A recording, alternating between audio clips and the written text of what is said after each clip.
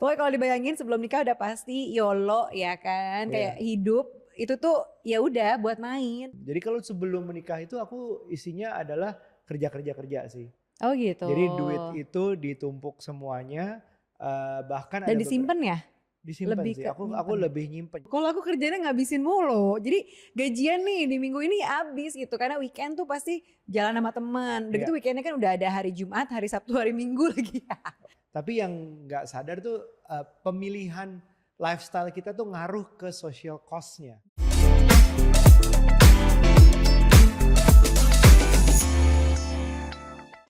Halo parents, kembali lagi di podcast Curhat Babu. Curhatnya Bapak dan Ibu. Hai, apa kabar semua? Hey, hari ini kita mau ngomongin apa Bu? Langsung aja kita to the point, to the topic. Iya, jadi kemarin ini di Parent Talk abis ngebahas soal keuangan keluarga. Lagi-lagi soal duit, ya Soal duit, kan? tapi apa yang berbeda dari conversation kali ini nih? Jadi kita tuh compare soal keuangan sebelum menikah dan sudah punya anak. Bahkan Kamu setelah masih menikah ingat? gitu. Kamu masih ingat? Gimana keuangan 11 tahun lalu? Ingat.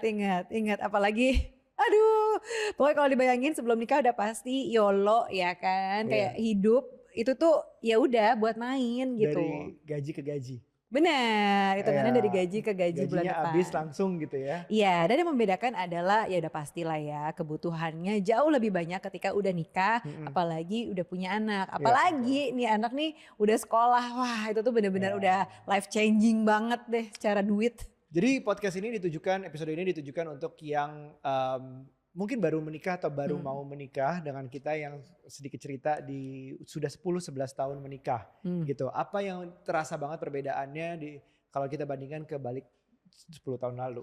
Ya mungkin bisa aja setiap keluarga berbeda-beda ya karena Iya, betul. kebutuhannya, karakternya tuh sangat berbeda. Apalagi namanya juga suami istri itu aja karakternya udah beda. Terus pasti kayak tipe aku Iya, orangnya let's say boros, Aryo yang super hemat. iya. Itu kan kayak pasti beda nih dalam satu keluarga tuh pasti akan ada perbedaan. Nah ini nih mungkin bisa apply di kalian juga tapi nggak apply nggak apa-apa. Tapi kita mau cerita nih versi kita. Iya.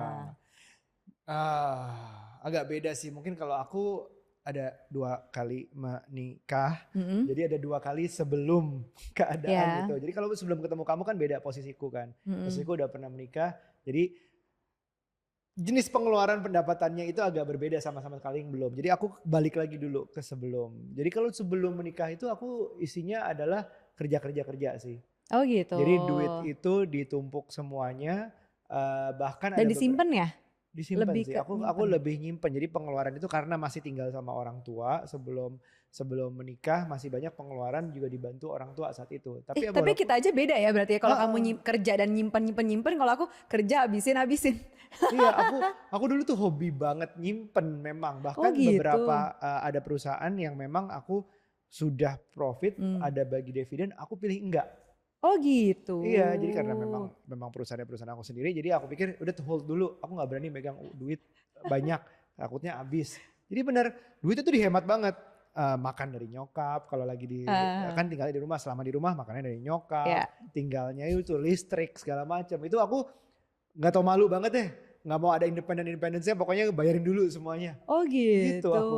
Kalau aku kerjanya ngabisin mulu. Jadi gajian nih di minggu ini habis gitu. Karena weekend tuh pasti jalan sama teman. Udah Iya, gitu weekendnya kan udah ada hari Jumat, hari Sabtu, hari Minggu lagi.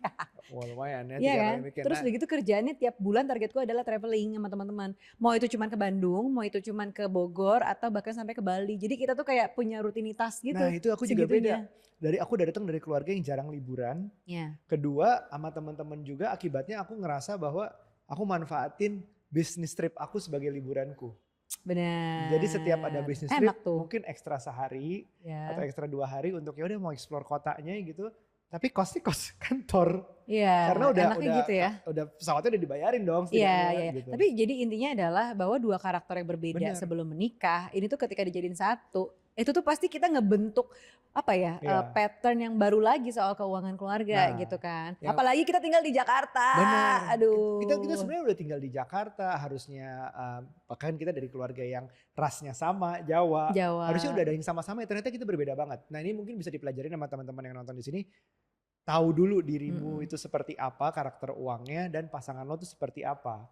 Karena Betul. di awal kita ketemu tuh Nucha cukup salah satu yang boros, Mm-mm. Aku yang cukup hemat di situ. Benar. Walaupun akhirnya kita kayak ketemu di tengah. Nah, Cuman, sekarang dia ketularan boros, nah tapi iya, gak ketularan hemat. jadi harus ada pemahaman akan diri sendiri dan pasangan dulu. Hmm, Karena ini juga menurutku itu mengakar jauh dari gimana kita waktu kecil. Orang tua ya. kita tuh gimana memperlakukan kita waktu kecil. Apakah gue jarang liburan, Mm-mm. misalnya liburan ke luar negeri tuh gue belum pernah ke Amerika sebelum menikah tuh nggak pernah. Nggak pernah diajak ke situ. Hmm, Satu-satunya liburan luar negeri, 2 liburan luar negeri yang gue ingat cuma Australia sama Singapura. Gak ya, pernah ya, ya. kemana-mana tuh, Eropa, Amerika gak pernah. Walaupun mungkin menurut aku orang tua aku tuh mampu sebenarnya. Cuman gak liburan modelnya. Karena bapakku memang Oh, cukup lebih hemat lagi daripada aku. iya, iya, iya, iya, iya. Aku juga dari keluarga yang nggak sering liburan kok. Tapi sama teman-temanku karena kebetulan gengku tuh kayak ayo we YOLO gitu. Jadi ya aku ikutan Nah, lah. bahkan memahami orang tua dan masa kecil itu hasilnya bisa beda. Karena kalau aku dalam hal liburan tuh kayak ngikut orang tua jadinya. Jadi nggak banyak liburan. Sedangkan Nucha karena mungkin sebel nggak banyak liburan dia balas sama teman-temannya liburan. Bener. Jadi bisa justru refleksi dari orang tua kita atau apa ya antipatinya Iya, lawannya banget gue nggak suka nih nggak banyak antitesis liburan dari yang gitu dulu. antitesis. Benar, benar. Nah, ini tuh lucunya juga menariknya adalah komen-komen yang ada di apa namanya postingan Parent Talk itu. Ya. Aku baca ini beberapa nih. Ada yang bilang karena tinggal di Jogja setelah menikah harus ada dana khusus wisata dadakan. Tiba-tiba keluarga mampir minta jadi guide. Tiba-tiba ada teman Oh. main, minimal jajan gelato bareng. Itu kan satu. Kedua ada komen lagi nih. Ini sih salah satu yang bikin aku dan suami mikir ribuan kali buat nambah anak kedua. Belum Ya. lagi nanti biaya les macem-macem. Belum lagi nanti anak latahan, temennya beli mainan ini. Terus anak kita juga pengen misalnya kayak gitu. Jadi mikirnya udah dik-dik bergetar rasanya saldoku katanya gitu kan. Terus ada lagi nih, iuran RT kayak sampah dan lain-lain. Ada biaya perbaikan, pembelian alat elektronik baru gitu. Terus ada asuransi kesehatan dan biaya lain yang menyangkut kesehatan. Benar. Itu tuh kayak biaya-biaya dadakan yang sebenarnya kita nggak pernah terpikir setelah menikah tuh terjadi gitu. Iya, bahkan kita udah pelajarin ya misalnya, oh punya anak tuh berarti ada biaya melahirkan, Mm-mm. misalnya nanti mungkin popok Ya, segala macam, makan anak segala macam gitu-gitu mungkin bisa diperkirakan. Tapi yang nggak sadar tuh pemilihan lifestyle kita tuh ngaruh ke social cost-nya. benar. Itu belum sampai sekolah nih, dari pemilihan rumah sakit misalnya. Kita nyamannya di rumah sakit seperti apa. Hmm, Kita nyamannya di dokter yang seperti apa. Harga betul, dokter, level dokter mempengaruhi. Obat-obatnya berapa, di level berapa. betul. Kalau sakit, rumah sakit maunya kelas berapa. Itu ngaruh juga ke Ya, obat-obatnya, ke biaya tindakan. Itu ngaruh banget. Anak kita mau makannya seperti apa. Nah mm-mm. itu juga ngaruh juga ke cost-nya. Jadi pemilihan lifestyle dari masing-masing kesepakatan antara pasangan suami dan istri Hmm, itu ngaruh sih. benar, benar, Buntutnya benar. banyak gitu. Benar, benar, benar, benar. Aku setuju sih. Dan itu tuh sekalipun belum punya anak, sekalipun nih belum punya anak kayak baru nikah, namanya juga Ya. baru nikah ya. Pasti keinginannya tuh ada kayak yang namanya yaudah deh kita nikmatin berdua aja liburan dulu deh. Nah tiba-tiba ada liburan gitu kan. Nah, Tiba-tiba liburan dulu deh. Terus begitu ada lagi apa misalnya tiba-tiba sakit. Terus nggak kepikiran tadinya mau ya, asuransi kesehatan ada. Terus belum benar. lagi biaya orang tua. Nah ini kan Iya, pasti kan usia-usia sandwich. udah menikah gitu kan orang tua Ya, kita biasanya tuh rata-rata di pensiun mungkin ya ya. kan. Terus Itu, lagi sakit lah, lagi apa. Wah itu tuh udah kayak biaya-biaya tambahan lainnya. nah itu nggak nyangka ya, karena biaya generation sandwich tuh ternyata yang gua nggak nyangka dari sebelum nikah dan sampai sekarang itu adalah terjadi di semua level ekonomi. Gitu ya? Menurutku ya, jadi kayak oke yang kelihatannya orang tuanya nggak mampu saat sebelum menikah tuh udah Mm, mungkin lebih siap nih orang tua gue bakal gue biayain nih. Tapi bahkan ya yang ekonominya lebih pun mm, cerita dari teman-teman kita kaget generation sandwich itu juga ada karena tiba-tiba orang tuanya ternyata meninggalkan hutang atau mm, orang tuanya ternyata bisnisnya gagal mm, atau ternyata sakit yang sakitnya sakit berat dan berkepanjangan yang tadinya punya jadi menurun. mm. Jadi persiapan generation sandwich itu nggak berlaku cuman di yang kalangan ekonomi tertentu. Jadi di semua tuh harus siap menurutku sama generation sandwich. Gitu ya, tapi yang paling berat kalau yang levelnya mid low gak sih? Nggak juga? Bukan berat ya, paling kelihatan mungkin. Maksudnya paling merasa, oh iya gue udah lebih, justru bagusnya adalah jadi lebih siap. Gitu Dari sebelum ya? menikah kayak udah tahu, ini nggak tahu ya ini menurutku ya. Jadi sebelum menikah jadi udah tahu, oh udah kelihatan nih orang tua gue kayak gimana kondisinya. Jadi gue harus siap.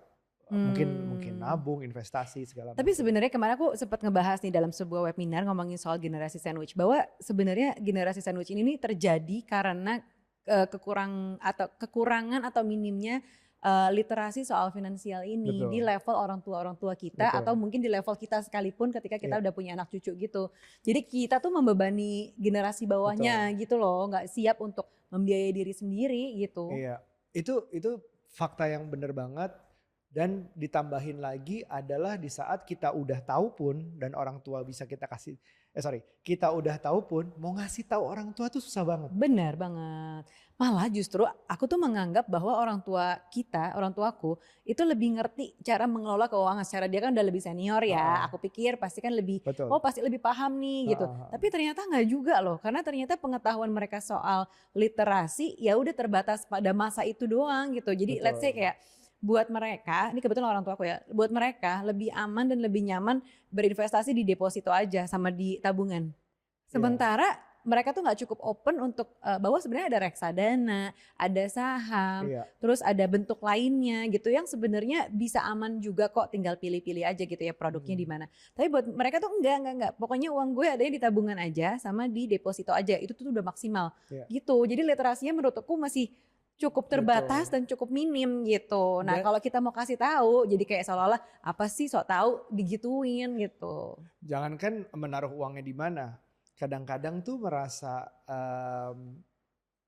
nggak ngikutin perkembangan zaman tuh karena mereka takut teknologi atau malas belajar lagi bisa Mhm. aja tuh jenis penipuan tuh makin banyak Bener. berkembang gitu loh. Apalagi nih target-targetnya adalah orang tua kita yang pensiunan, Iya, yang baru-baru pensiunan, yang baru baru dapat pensiun duit dari ya. heeh, baru pensiun itu kan baru terima uang dari kantornya gitu kan, dari Iya, kantor lamanya. Lagi banyak-banyaknya uang, wah udah tuh jadi target yang paling enak banget.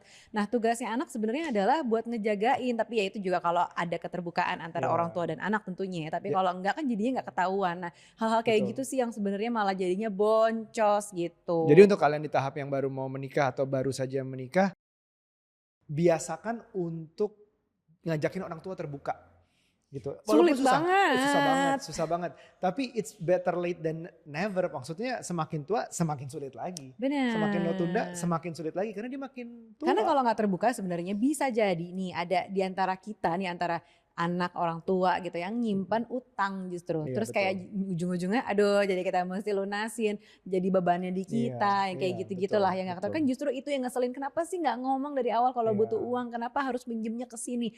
Kan jadi let's say bunganya gede kayak gitu-gitu. Jadi benar. kayak aduh beban banget nih Ini kita dapat cerita gitu. tuh bukan cuman pengalaman kita doang, tapi dari yang emang sumur nikahannya tuh hampir sama semua tuh sama, hampir sama Iya, ceritanya. polanya tuh hampir Polanya sama sama gitu. gitu. Tapi balik lagi ya kayak Mhm, tadi soal pernikahan dan finansial itu udah pasti yang tadi kita bilang mhm. tergantung dari lifestyle setiap keluarga gitu Betul, kan. Mau tinggal di mana, lingkungan seperti apa, betul. pilihan rumah sakit itu ngaruh. Bahkan sampai ke lingkungan sekolah anak tuh di mana. Ngaruh banget. Yang buatku paling bikin bukan boncos sih, tapi sekarang jadi pertimbangan adalah sekolah anak di mana dan pergaulan yang seperti apa. Jadi kayak dana-dana sosial yang Betul. kadang-kadang terlupakan gitu. Kayak temennya anak ulang tahun ya kan. Terus playdate-nya, Dipestain apa enggak, kadonya gimana, heeh. bener, terus kayak pulang sekolah makan di mana kadang-kadang mampir dulu gitu ya. Sama kayak les-lesan, les-lesan ini sebenarnya kecil-kecil tapi mahal. Aku bahkan sampai suka laporan sama Aryo, "Tahu nggak aku bayar bulan ini nih, aduh seharga segini segini segini." Terus aku juga ngobrol sama teman-temanku kan, yang anaknya satu, anaknya dua gitu sama kayak aku. Dan anaknya seumuran ya, umur-umur 5 tahun, 7 tahun. Ya, Terus kita ngobrol gini, jangan-jangan anak lo tuh biaya lesnya tuh sama dengan 1 bulan, bayar sekolah kali ya?" mhm. "Hah masa sih?" Gitu kan. Terus aku hitung-hitung, bener juga tapi. Oh iya, Jadi rata-rata nih di teman-temanku, karena kan mungkin sekarang udah kayak bukan social pressure lagi ya, udah jadi rutinitas aja gitu bahwa kegiatan di luar sekolah tuh ada lagi gitu memang loh. penting sih kegiatan Ya luar memang sekolah, penting. tinggal pilihannya berapa banyak, yang Iya, mana, segala macam. tapi jangan dibayangin kayak les yang susah-susah atau gimana-gimana gitu, kayak misalnya les membaca, les nggak gitu-gitu juga, karena les pilihan sekarang tuh menurutku sangat menarik gitu ya. Aku jadi ini mungkin sedikit out Apa? of topic, jadi kamu lebih pilih sekolah harga satu kali terus Nah. tambah satu kali lagi harga les, apa sekolah yang harga 2 kali lipat sekaligus terus nggak pakai les? Ayo loh, ayo. Nanti itu diskusi lain kali ya. Bener itu diskusi lain. Let's say tuh kayak gini, misalnya nih biaya sekolah anak per bulan, ini aku ngasal ya, jadi bukan bener-bener. Misalnya 1 bulan adalah 5 juta, misalnya nih. Berarti kan setahun berapa tuh? 12 kali 5, 60 juta 60. gitu kan. Misalnya adalah ya sekolah yang 1 tahunnya 60 juta. Nah sebulan 5 juta nih. Nah biaya les itu sebenarnya kalau dikumpulin itu tuh juga segitu. Tapi aku dengan 2 anak gitu ya kurang lebih. Jadi kayak semua kan dikali 2. Misalnya ada les nari, terus ada ngaji, Iya. terus ada yang tenis anakku, terus kita ada les apa lagi ya? Waduh, Ada les gimnastik. gitu. Terus aku hitungan gitu. Walaupun sebenarnya nggak tiap hari banget lesnya, adalah 2 hari, 3 hari break dalam 1 minggu.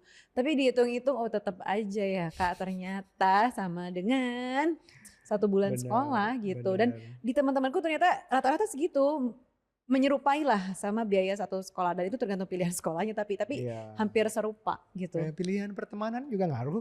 Bener, karena kita kan saling ngajak dan saling meracuni. Iya.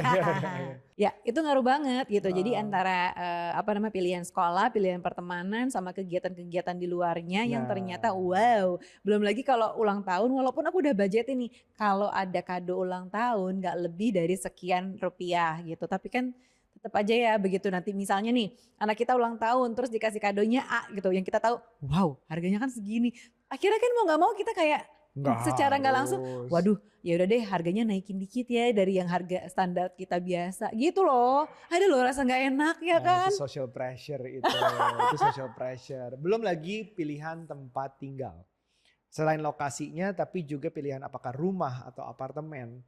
Itu ada kos-kos tambahan tersendiri. Benar, biaya bulanan, iuran. Jadi kalau biaya bulanan rumah itu bedanya adalah manajemennya lebih banyak kitanya untuk keluar duitnya. Sedangkan kalau apartemen mungkin ada biaya kayak kebersihan dan security itu biasanya jadiin satu. Iya. Gitu sampah segala macam tuh jadiin satu. Sedangkan kalau tinggal di rumah biasanya kita atur sendiri itu masing-masing. Mana yang lebih murah, lebih mahal tergantung. Tergantung lokasinya, tergantung luas bangunannya atau luas rumahnya kita, tergantung kita punya berapa IRT atau pengasuh, pakai neni apa enggak. ART mohon maaf, asisten rumah tangga. Oh iya sorry, ya dimarahin lagi nih. ART, biaya ART atau neni atau supir satpam apapun itulah, itu juga ngaruh tuh. Oh iya benar-benar, ini juga sebenarnya kejadian nih biaya jadi boncos ketika tiba-tiba kita milih setelah lahiran itu ada neni. Neni itu nggak murah, apalagi neni yang buat newborn itu tuh paling mahal. Lebih karena mahal memang daripada ART udah pasti dan daripada neni yang biasa. Karena biasanya neni-neni atau encus-encus yang buat newborn tuh kan kayak jadwal tidur malamnya biasanya sambil nidurin bayi juga, kayak lebih lama gitu loh, long hours kerjanya. Jadi makanya mereka tuh lebih mahal biasanya. Ada sertifikasinya juga. Terus pokoknya biaya perintilannya, aduh mohon maaf nih, aku soalnya kebetulan nggak pakai suster. Tapi perintilannya tuh lumayan banget. Kayak misalnya mereka tuh dibayar untuk kalau nggak ngambil cuti. Jadi mereka dapat biaya biaya cutinya aja. Misalnya cuti yang tidak dibayar, misalnya dia nggak ngambil cuti weekend ini, terus kita bayarin per harinya berapa gitu. Terus jadi perintilan banyak, terus beli seragam, suster. Terus aduh pokoknya lumayan banyak lah. Belum lagi kayak ini bayar penyalurnya itu loh. Oh iya, kita tuh nggak pakai neni karena tapi keputusannya selain ekonominya tapi juga lebih ke kita pengen lebih hands on.